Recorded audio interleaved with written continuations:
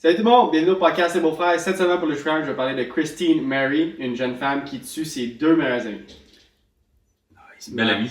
Belle amie, hein? Pour la deuxième partie, je vais parler de une conspiracy du gouvernement américain, puis 2, une décision de cour majeure qui a été faite au Canada. Nice, j'ai hâte de voir ça. Yes sir. Let's go guys. On y va.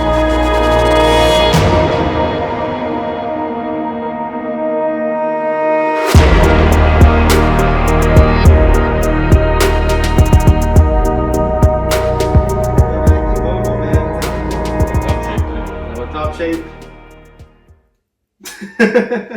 Plus rien à dire. Encore une fois cette semaine, on a les deux nouveaux micros. Ouais. Si c'est pas mieux puis on n'a pas figuré la façon que d'avoir le meilleur son possible avec ces micros-là, on va switcher aux autres micros comme que j'ai dit et comme que Ben a dit la semaine passée. Ouais. Mais pour l'instant, on essaie encore ça cette semaine. On va gosser un petit peu avec. On va gosser avec. Puis on va vous en redonner la semaine prochaine. Si vous voyez les anciens micros la semaine prochaine, c'est parce que C'était de la merde. C'était de la merde. Puis on n'a pas fait. On n'a pas réussi à amplifier le son d'une bonne manière. C'est ça.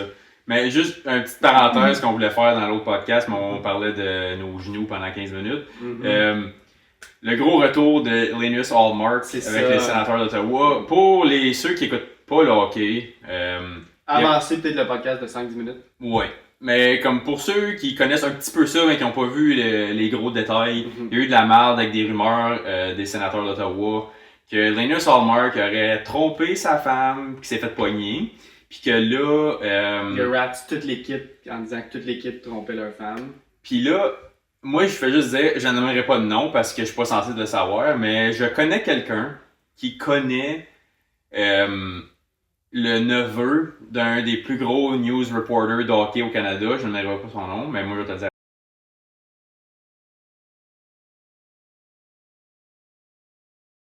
Ce gars-là... C'est une troisième fois, puis le troisième fois. Okay. Fait que ce gars-là, il m'a dit que la source dont je viens de te dire en secret, il a confirmé qu'il y avait bien de la vérité, mais que ça a été exagéré. Mais qu'on n'entendra pas la version officielle de l'histoire, puis ça s'est réglé à l'interne avec l'équipe, puis qu'ils ont décidé d'aller de l'avant, puis comme hope for the best. Parce qu'ils veulent pas scraper le team. Mais il y a l'année est pas mal scrap à cause de ça. Il y a beaucoup de vérité dans l'histoire qui a été annoncée. Ouais, moi je me suis dit que c'est pas vrai pantoute, puis que Linus avait juste besoin du temps pour lui-même. Mais c'est à cause de... Mais c'est parce qu'il avait perdu sa touch. Il disait qu'il avait perdu sa volonté de jouer au hockey. Il disait que depuis qu'il est arrivé à Ottawa, que ça arrive souvent. Je sais pas pourquoi Ottawa c'est le même. Peut-être à cause du froid puis que c'est exclu de tout. Puis que c'est une ville de merde. C'est ça. Mais il a dit, depuis que je suis arrivé à Ottawa, on dirait que j'ai plus la volonté de jouer au hockey comme que j'avais quand je jouais à Boston. Qui est rough. Fait qu'on va dire que je pense qu'il a pris un step back pour ça. Peut-être, probablement qu'il y a un gay sous rush, il y a tout le temps des affaires qu'on ne sait pas et qu'on ne saura jamais. Moi, là, je suis le genre de gars qui dit, bon, c'est ce qu'il dit, il n'y a pas de preuve du contraire, fait que je vais croire ce qu'il dit. Fait que moi, je trouve que l'histoire de cheater et tout ça, c'est de la merde. C'est toute de la merde. Moi, je veux qu'il fasse les playoffs. Fait que, Linus, step up your shit, step up your game. T'as bien joué en Chris hier, là. Je veux que tu continues à jouer bien de même pour aller rejoindre les autres teams. C'est quel team qui est Boston en ce moment? Là? Boston, là, ils n'ont pas l'affaire là. Ils n'ont pas l'affaire là, fait qu'aller chercher la place à Boston des séries. Écoute, je vous le souhaite parce que moi j'ai accepté le fait que les Flyers ont commencé à le déclin. Puis je l'ai accepté. Là. Mais je vous le souhaite quand même. Je pense pas que ça va arriver. Tu penses pas qu'on va faire série? Si oui, ça va être par la peau des fesses first round exit. Ouais. C'est sûr que j'avais cordé au début de l'année. Moi, j'ai dit Montréal allait finir haut quand même, puis qu'elle allait faire des séries. Ils vont probablement être un first round exit, peut-être 2, parce qu'ils n'ont pas de goaler. Excuse-moi, mon petit Sam, ça marche pas. Mais Dobesh, il a goalé 2 astuces de bonne game de la game. Mais au début de l'année, il goalait de même. Ouais. Il a perdu une game, il a broyé devant la caméra. Il y a eu une streak de comme 20 games qui avait dans une plaie. Puis là, tout d'un coup, il est revenu. Là, ça fait 2-3 games qu'il goal sa tête. Ça va prendre une mauvaise défaite pour le revoir broyer sur l'antichambre. Après ça. Les jeunes, c'est beaucoup de pression. Puis là, Fowler, ils vont le garder pour une couple d'années encore, avant qu'il essaye le number 1 parce qu'il va le développer comme il faut. Puis ça, je comprends, puis j'aurais fait la même affaire. C'est comme Merlin et Ottawa. Ouais. Fait que là, ça suffit pour le hockey. C'est fini. Je vous souhaite des séries au Sens. Je veux vous voir réussir, mais je ne crois pas en vous. Mais, Thanks! mais non, mais je veux. Comme, je suis 100% honnête avec toi. Là. Moi, je vais dire que quand j'ai vu Linus partir, puis qu'on a perdu 3 games de straight quand il est parti, j'étais comme, voilà, c'est terminé. Mm-hmm. Je ne crois plus au Sens. Je pense que l'année est terminée, surtout avec le break olympique. Non, pas le break olympique, les rumeurs autour du team. Mais tu sais, c'est dur de pas croire à ton team quand tu veux vraiment. Puis j'adore les Sens. J'adore les Sens. Je suis un Sens fan depuis que je suis jeune. Puis tu sais, je suis pas prêt à mettre un trait sur la saison à cause. Comment t'appelles ça? Pas un trait, mais un. Barrer la saison. C'est ça. Je suis pas prêt à barrer la saison tout de suite. J'espère qu'ils vont faire une série. Puis j'espère que Linus va jouer sur sa tête comme qu'il a joué hier. J'espère que Sens step up leur game, puis qu'ils ont step up depuis une couple de games. On est rendu, on a fait des points parmi les 10 derniers games, là, qu'on a eu des points. Ouais, ça commence. 2 games, mais c'était en overtime, puis on a gagné 4 games avant ça. Là, on est rendu sur une 4 games straight. T'sais, c'est pas fini, mais ça va être dur. Il commence à être tard pour commencer. Ça va être très difficile d'aller le chercher, mais j'y crois. Sur ça, c'est assez le hockey, on a assez parlé de ça. Oui. Je souhaite le meilleur puis, à Linus Ullmark. Puis aussi, guys, prenez soin de votre santé mentale. C'est ça qu'il dit, lui, que c'est sa santé mentale qui est venu chercher puis qui a pris un step back pour ça. Fait que, guys, c'est important. Faites attention à vous autres, faites attention à votre tête. Si vous avez besoin d'aide, allez les chercher. S'il y a du monde à 5-10 millions qui n'arrache mentalement, Nous autres, à 70 000, 80 000, 90 000 par année, c'est important d'aller chercher l'aide aussi. Oui. Okay? Et je vais aller avec le true crime. Il y a des crimes qui choquent par leur violence, d'autres par leur absurdité. Et puis, il y a ceux qui dérangent parce qu'ils ont été commis par quelqu'un qu'on pensait connaître. Quelqu'un qu'on pensait être un ami. À Clear Lake City, au Texas, 4 jeunes ont été assassinés dans une maison de banlieue, en plein jour, sans effraction, sans lutte apparente à l'entrée. Pendant 3 ans, personne n'a été arrêté. Aucune arrestation, aucune réponse, aucune piste. Quand la vérité a finalement émergé, elle a été encore plus difficile à accepter que le silence. Parce que les meurtriers n'étaient pas des inconnus, ils faisaient partie du cercle, ils étaient des amis. Au centre de cette affaire se trouve une jeune femme à l'histoire complexe, marquée par le rejet, la transformation, l'obsession et la colère. Son nom est Christine Mary Paolilla. Et voici l'histoire des meurtres de Clear Lake. Je vais commencer avec un petit background de notre chère Christine. Christine est née le 31 mars 1986 à Long Island, dans l'État de New York. Sa famille déménage plus tard à Clear Lake City, une banlieue de classe moyenne près de Houston, au Texas. Dès son plus jeune âge, Christine a du mal à s'intégrer. Elle a la misère à faire des amis. Elle souffre d'alopécie. Tu sais quoi? Non. Alopécie, c'est que tu n'as aucun poil du corps. Zéro. Incluant cheveux. Incluant cheveux, sourcils, cils, tout. Tu n'as aucun cheveu. Tu n'as aucun poil. Zéro. Zéro. Ça, il n'y a pas de cure, c'est... Il n'y a aucune cure. Tu vis avec ça. OK. Ça arrive beaucoup, il y en a beaucoup que tu vois sur TikTok ces temps-ci, comme que le monde ouvertement dit « Hey, j'ai cette maladie-là », puis je vois souvent sur TikTok. Mais c'est ça, elle a cette maladie-là. Fait qu'elle a aucun poids sur le cœur, fait qu'elle a la misère à s'intégrer à cause de ça, surtout à cause.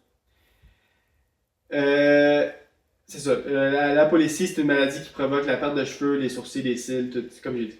À l'école, cela fait d'elle une cible facile. Elle porte des perruques, un maquillage prononcé, de grosses lunettes, tout ce qui peut masquer ce qui la rend différente. Ouais, c'est pas facile. Ce qui est pas facile. Des camarades diront plus tard qu'elle était maladroite, solitaire et désespérée d'être acceptée. Comme n'importe quel ado qui va à l'école. Je veux avoir des amis, je veux être intégré. Mais le secondaire peut être cruel, comme on le sait, et parfois transformateur. Christine se lie finalement d'amitié avec 2 jeunes filles populaires, Tiffany Rowell et Rachel Coloroutis. Je pense que c'est ça. Coloroutis. C'est pas moi qui va te corriger. C'est ça. Mais anyway, je vais l'appeler Tiffany puis Rachel. Elle l'aide à changer son apparence, à prendre confiance en elle, à entrer dans les cercles sociaux. C'est des bonnes personnes. Des bonnes amies. Il n'y a pas un gay sous roche, c'est pas ça pour dire éventuellement « Ah, c'est des hosties de bitch ». Ils ont pas... Je pense pas qu'ils ont nécessairement pris pitié d'elle, mais ils ont dit hey, « à la misère, on va l'aider », puis ils l'ont pris sous leur aile. En dernière année, la métamorphose est spectaculaire. Contre toute attente, Christine est élue Miss Irrésistible. Comme Miss Irresistible. Comme Puis comme, je vais essayer de t'envoyer des photos avant-après, comme on dirait même pas que c'est la même fille. Genre. Comme elle a grandi de première année de secondaire jusqu'à la dernière année de secondaire. Il y a eu une bonne puberté, comme c'est même plus la même personne. Okay? Elle a des perruques différentes, des perruques qui la met à valeur. Il y a différentes. On va dire que tu as une tête ronde, ben tu as une perruque pour les têtes rondes. Elle a porté des perruques, n'importe quel genre de perruque qui allait pas nécessairement bien. Elle a trouvé son style. Ses cils, ses sourcils qu'elle mettait, c'était au crayon toute botch. Puis elle faisait ce qu'elle pouvait faire. T'sais.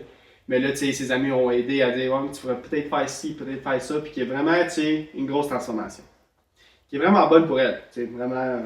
Mais pour la confiance des jeunes, là, faire ça à l'école Miss Irrésistible, là, c'est pas fort pareil selon moi. Là. Comme. C'est la vie. C'est déjà une phase compliquée pour la confiance des jeunes. Là, tu t'en vas mettre des awards de look comme superficiels. Ça va renforcer le problème. C'est pas la fin du monde, là, mais. Ben moi, je whatever. Moi, qu'est-ce que j'ai été élu, moi, quand j'ai le 15 secondaire? C'est ça qui était pas peur de ses assurances. C'est ses assurances de char. Je les ai pas perdus, guys! I didn't lose them! Je les ai encore, mes permis. Ok, anyways. Mais sous la surface, quelque chose de plus sombre est en train de naître. Une personne, tu sais, a de la misère de changer. Une personne qui veut pas nécessairement changer, elle a de la misère de changer. C'est à cette période que Christine commence une relation avec Christopher Lee Snyder, un homme plus âgé. Snyder a 21 ans, il n'est plus au secondaire et il est profondément impliqué dans la consommation de drogue. Fait qu'elle a un petit chum bâtard, là, un petit bum, comme on dirait ici. Un petit bum. Puis je veux pas oublier qu'elle a 17 ans, il a 21. Ouais. Il y a déjà un petit problème pour moi, en tout cas, déjà un petit problème là. Mais voilà. Ensemble, ils sombrent dans un mode de vie fait de méthamphétamine, de vol et d'instabilité. De la meth, du vol, puis l'instabilité entre le couple. Le combo ça se crie après, ça se frappe. Comme la bonne violence conjugale. Du monde, c'est une meth, ça devient violent puis ça fait des crimes. Shocker. Tu ne pas le croire, hein? Les parents de Christine désapprouvent, obviously. Ses amis remarquent un changement radical. La jeune fille, autrefois reconnaissante envers celle qui l'avait aidée, semble désormais amère, imprévisible et détachée. En 2003, Christine s'est éloignée de nombreuses personnes qui l'avaient soutenue, y compris Tiffany et Rachel. Ce qui s'est exactement passé entre elles reste flou, mais la jalousie, la rancœur et la drogue jouent clairement un rôle. Puis arrive le jour du 18 juillet 2003. Cet après-midi-là, Christine et Christopher Snyder se rendent à la maison de ville de Tiffany Rowell et à Clear Lake City. Fait qu'ils se rendent à la maison de Tiffany. Puis il y a aussi Christine, pas Christine, mais Rachel qui est là aussi. Okay?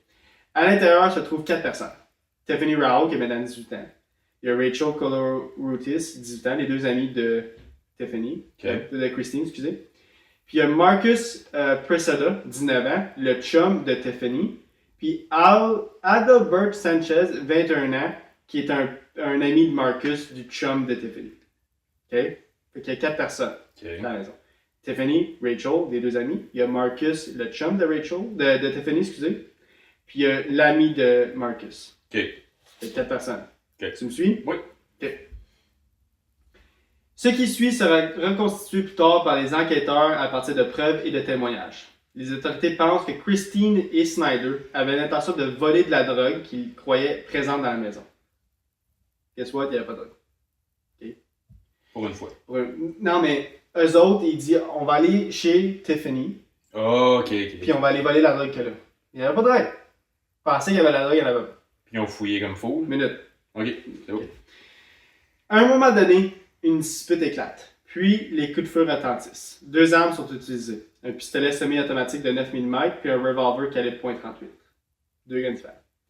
La violence est rapide et d'une brutalité extrême. Les 4 victimes sont touchées à plusieurs reprises. Plusieurs coups de feu. Okay? L'un des détails les plus glaçants concerne Rachel Coloroutis. Elle survit au premier tir et tente de ramper jusqu'à un téléphone pour appeler 911. Malheureusement, elle n'y parviendra jamais. Elle est abattue à mort avec la crosse d'une arme. Fait qu'elle est abattue. Elle n'est pas juste tirée une autre fois dans la tête. Non, elle est abattue avec le. Parce qu'elle ne voulait pas faire plus de bruit. Qu'elle a dit, éventuellement. Ok. Qui est fucked up. Okay? Fait que. Moment de mise en scène. Parce que présentement, c'est all over the place. Okay? Il y a notre chère Christine avec son bum de chum qui arrive à la maison de Tiffany. Okay? Puis il dit Hey guys, on vient party un peu, on vient chiller, blablabla. Tiffany dit Hey, rentrez. Blablabla. Les discussions, ils boivent, peut-être fait une ligne de coke ici puis là, puis ils font un petit peu de drogue. Puis là, éventuellement, Christine dit Hey, y a-tu d'autres drogues dans la maison? Et elle a dit Tiffany dit non, y a pas d'autres drogues, blablabla. Puis là, ça commence à escalader, puis je sais que vous avez de la drogue, vous allez nous donner le live, puis ils sortent les guns, puis ça escalade, tu sais, tout le monde. Dedans. OK? Tu vois qu'il y a un petit manque de QI dans ces décisions-là. Oui. OK? Oui. Fait que ça, c'est la mise en scène. Puis éventuellement, il tire, puis là, la seule survivante, c'est Tiffany, puis elle essaie de ramper jusqu'au téléphone, puis Christine est comme avec le bout de l'arme, Ouais. pas tirer une autre fois pour pas qu'elle souffre. Non. Hammer grip. Hammer grip, coup de coup sur la tête. Okay. Après le massacre, Christine et Snyder quittent les lieux. Moins d'une heure plus tard, Christine est déposée à son travail chez Walgreens, comme si de rien n'était, puis elle fait son chiffre. Pendant qu'il y a un bloodbath dans Pendant la qu'il y a un maison. bloodbath. 4 corps restaient derrière eux, dans une maison plongée dans le silence. La police pense d'abord à un règlement de compte lié à la drogue, obviously. Éventuellement, ça prend les jours. Éventuellement, les policiers sont appelés puis disent Hey, mais il me semble qu'il y avait une couple de jours, il y avait eu beaucoup de bruit, puis je suis pas sûr si c'était des coups de feu, mais tu sais, là, présentement, personne ne répond, puis on a besoin de réponse. Fait que c'est ça, ils rentrent dans la maison, puis ils découvrent le massacre. La scène de crime est chaotique. Aucun suspect clair, aucune arrestation. Pendant 3 ans, l'affaire reste froide. Pendant 3 ans, ils n'ont aucune idée de qu'est-ce qui s'est passé. La communauté se demande comment 4 jeunes ont pu être assassinés en plein jour sans que personne ne soit tenu responsable. Pendant ce temps, Christine continue sa vie.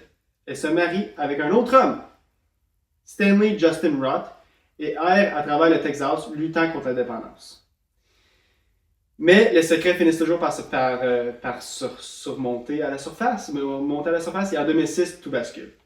Là, je vais dire Là, c'est beaucoup de lui dire, je vais fermer mon téléphone, puis il y a beaucoup de lui dire qu'est-ce qui s'est passé entre le jour que la découverte s'est faite, puis le jour qu'on a trouvé les suspects. Okay? Christine, elle voulait combattre la drogue, elle est allée en désintox. Okay? En rendant en désintox, elle a dit à son chum, son bum de chum, elle a dit soit tu me suis, puis on change notre vie, ou on se sépare, puis c'est tout.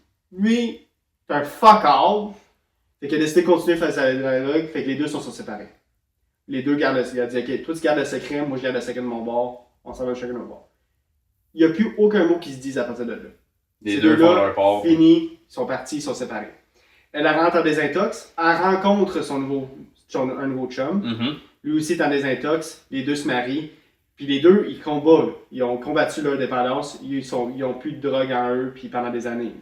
Okay? Fait que pendant les 3 ans, là, tout se passe bien. Les deux sont clean. Elle a refait sa vie, puis les deux sont clean. Notre cher Bum, lui, qu'il a pas continué sa vie du bon côté, il a continué sa vie comme si c'était un fuck all, puis éventuellement, il rentre en prison. Pour une autre chose complètement. Je pense une tentative de vol. Shocker. Ouais. Shocker, comme tu dis. Okay? Et c'est ça, là on est rendu en juillet 2006. La police reçoit un appel anonyme via Crime Stoppers. Tu connais Crime Stoppers, on en parle souvent sur le podcast. La personne désigne Christine Paolilla et Christopher Snyder comme responsables des meurtres. L'enquête est réouverte. Les preuves sont réexaminées. Les témoins sont réinterrogés. Le 19 juillet 2006, la police retrouve Christine dans un motel de San Antonio. Elle est arrêtée sans résistance. Christopher Snyder, apprenant que la police se rapproche, ne sera jamais jugé. En août 2006, il meurt par suicide suite à une surdose de médicaments sur ordonnance en prison. Fait que lui, il a pris Took l'easy way out. Easy way out. Mm-hmm. Fucking coward, dude. Coward. Christine, elle, devra faire face à la justice seule. Puis dire son... Mais l'affaire que j'applaudis Christine, c'est qu'elle a pas blâmé son ex en disant c'est lui qui l'a frappé avec le gun. Elle a pris le blâme, elle a dit non, c'était moi. Je sais pas si c'est brave ou dumb, ou un peu des deux. Moi, je pense qu'elle se sentait vraiment mal. On va en parler, là, mais je pense que la culpabilité l'a rattrapée. Mais elle avait une opportunité en or. Je pense que c'est vraiment la drogue puis le bum de chum qu'elle avait qui l'a rendu de la personne qu'elle était. Of course. Moi, je pense vraiment que deep down, sans drogue, sans rien, c'est une bonne personne. Puis elle a juste pris des mauvaises décisions. Clairement. Okay. Je vais avec le procès. Le procès de Christine Paolilla s'ouvre en octobre 2008. L'accusation le décrit comme une participante active, froide, manipulatrice, pleinement impliquée dans la planification et l'exécution des meurtres. La défense tente de rejeter la responsabilité sur Snyder, présentant Christine comme une suiveuse dominée. Le jury n'est pas convaincu par contre, surtout par le fait que Christine avoue que c'est elle qui l'a tué, Tiffany avec le bout du gun. C'est pas... Mais je pense qu'elle a pris le blâme à cause que, ça c'est mon opinion, c'est mon hypothèse, mais je pense que c'était clair, net et précis que c'est elle qui avait frappé parce que la force que ça aurait pris pour un homme aurait pris moins de coups. Tu penses qu'elle a pensé à ça? Moi, je pense qu'elle a pensé à ça, ou la défense a pensé à ça. OK. Puis dire, c'est mieux que tu avoues que tu te fasses pogner à mentir au tribunal. Fair enough. Fair enough. Ouais, OK. Le jury, par contre, n'est vraiment pas convaincu. Et le 13 octobre 2008, Christine Paolilla est reconnue coupable de 4 chefs d'accusation de meurtre capital. Fait que meurtre au premier degré. Étant donné qu'elle avait 17 ans au moment des faits, la peine de mort n'est pas applicable. Mm-hmm. Elle est condamnée à prison à vie avec possibilité de libération conditionnelle après... 25 ans. Non, plus. 50. 40. OK. 40 ans, ce qui est... Elle va être dans la soixantaine. C'est ça. Alright, whatever. Sure. Sa première date d'éligibilité à la libération conditionnelle est fixée à 2046, qui est dans 20 ans. Ah oui, c'est vrai, c'est en 2006. Il va passer un autre 20 ans en prison. Je vais finir avec aujourd'hui. Christine Paolilla est actuellement incarcérée à la Christina Melton Crane Unit à Gatesville, au Texas. Elle a déposé plusieurs appels depuis 2006. Mm-hmm. Ils ont tous été rejetés. Les familles des victimes, elles, vivent toujours avec les conséquences de cette journée de juillet. Malheureusement, ça rapportera aucun des morts. Ceci conclut l'histoire de Christine Paolilla et de son cher bum de chum qui a pris the easy way out. Coward. Non, lui, c'est un esti de la rapace from day one. Je suis pas surpris de ses actions pantoute. Là. Parce que l'affaire, c'est que... Et tu vois ses mugshots, là? Ça a l'air d'une rapace. Ouais, Je sais pas qu'est-ce que Christine il trouvait, là, mais il était... Ça a l'air d'un vrai... Tu sais, là, quand tu vas sur la main à Hawkesbury, pis tu vois quelqu'un marcher avec un carrosse, qui crie après n'importe quoi dans la rue, là, ouais. Ça a l'air à ça. Comme... Ben, je vais répondre à... Les ici, là, les piercings ici, tatou dans le cou. Ouais. Tu vois, genre? Buzz cut. Un peu, pour vrai, oui. For real. Anyways. Je sais pas qu'est-ce qu'il trouvait. Avec des gales sur le bord de la gueule. Elle aurait pu trouver beaucoup mieux. Mais je vais répondre à ta question. T'as dit, je sais pas qu'est-ce qu'elle faisait avec. Là. Comme beaucoup de jeunes femmes qui sont influençables, malheureusement, ils vont aller pour un gars un petit peu plus vieux, qui a déjà une job ou qui fait un peu plus d'argent que le salaire minimum, parce qu'à 17 ans, tu fais le salaire minimum. Il y a un char. Il est capable de, hey, je vais t'amener manger, je vais t'amener, si tu veux consommer. Mais après, c'est que c'était un bum, il n'y avait pas de job. Ouais, mais probablement qu'il faisait assez de crimes, il volait, ou puis il y avait une manière de provoquer. Peut-être qu'elle aimait aussi le bad boy. Le bad boy vibe, genre comme j'ai été tranquille toute ma vie, j'étais une bonne petite fille, puis là, je trouve un bad boy, c'est complètement différent. Il y en a bien des jeux. Puis tu vois, moi je l'ai pas vu souvent, parce que je viens comme. Moi, mon école secondaire, la plupart du monde était relativement semblable, fait qu'il y avait pas tant de crottés pis tant de comme parfait, là. Fait que, mais tu le vois, il y a souvent des jeunes filles que tu le vois qui font vraiment de l'allure, là, qui ont une bonne famille, une bonne tête sur les épaules, sont bonnes à l'école, tu vois que leur vie, elle s'en va comme dans une place qui fait du sens. Mais ils ont juste une phase bizarre de comme il drive, il travaille, il est jacked, c'est un bad boy. Ils vont avoir une phase de peut-être 1 an, 2 ans, 3 ans qui sont bien attirés envers ça. Puis après ça, quand ils sortent du high school, puis ils se pognent un chum qui fait de l'allure, c'est comme le... Hein? C'est quoi ça? Ouais. Puis clairement. Ouais, clairement, là, que Chris, j'en reviens pas que. C'est bon. Le nombre de personnes que je vois, puis comme qui disent, j'en reviens pas que j'ai sorti avec un crotté de même ou une crotté de même, genre. T'es comme, t'étais jeune. C'est ça, t'étais jeune. Ça arrive. Mais là, l'affaire, c'est qu'il y en a qui sortent pas de ce cycle-là. Puis là, ils arrivent à 40, 50 ans, puis t'es vois aller sur Facebook, Instagram, TikTok, you name it, là. Mes ex toxiques. Lui faisait ci, lui faisait ça. Ah, mon autre. Tous leurs ex sont toxiques, mais eux autres, ils le sont jamais. Moi, c'est ça. C'est ça que j'ai la misère avec beaucoup de monde. C'est qu'il y a un gros manque d'accountability. Dire comme, OK, oui, mon ex c'était un crotté. Oui, mon ex c'était un drogué. Oui, mon ex c'était un esti fuck all. Mais guess what? C'est toi qui l'as choisi. T'es pas obligé de sortir avec. C'est toi qui l'as choisi. C'est toi qui dis, moi, il donne une chance au bum. Ben, guess what? Tu vas vivre avec les conséquences. Puis c'est des choses qui arrivent. Ceux qui se rassemblent. Puis j'en parlais justement avec ta soeur, il y a peut-être une couple de mois, on avait eu une discussion là-dessus parce qu'on connaît quelqu'un que son historique de relation n'est pas fameux. Puis un moment donné. Je pense que je sais. Puis j'ai fait comme, écoute, babe, après combien de mauvaises décisions que t'es une mauvaise décision toi aussi? Il y a une réponse à cette question-là, c'est cas par cas. Il y en a que c'est 1, il y en a que c'est 10. Mais rendu à 10, il me semble que tu devrais dire, OK. Est-ce que c'est toi le style de conne ou c'est toi des trous de cul? OK, oui. Deux choses peuvent être vraies en même temps. Oui, c'était des estis de fuck all, c'est chum. Mais peut-être parce que toi aussi, t'étais fuck all. Peut-être. Puis après je suis prêt à te donner le bénéfice du doute. T'as fait une mauvaise décision, une erreur de jeunesse. Moi, je suis prêt à pardonner ça. Mais quand t'es rendu à 30, 35, 40 ans, puis c'est rendu une collection de Pokémon dans ta cour, ben, après un bout, c'est que non, tu prends des décisions de merde, puis 2, ben, ça en dit quand même plus sur toi que sur les autres, parce que peut-être qu'eux aussi, ils pensent la même affaire de toi. Fait un moment donné, moi quand je vois ça online, il y a comme un trend en ce moment de my toxic ex, puis ça.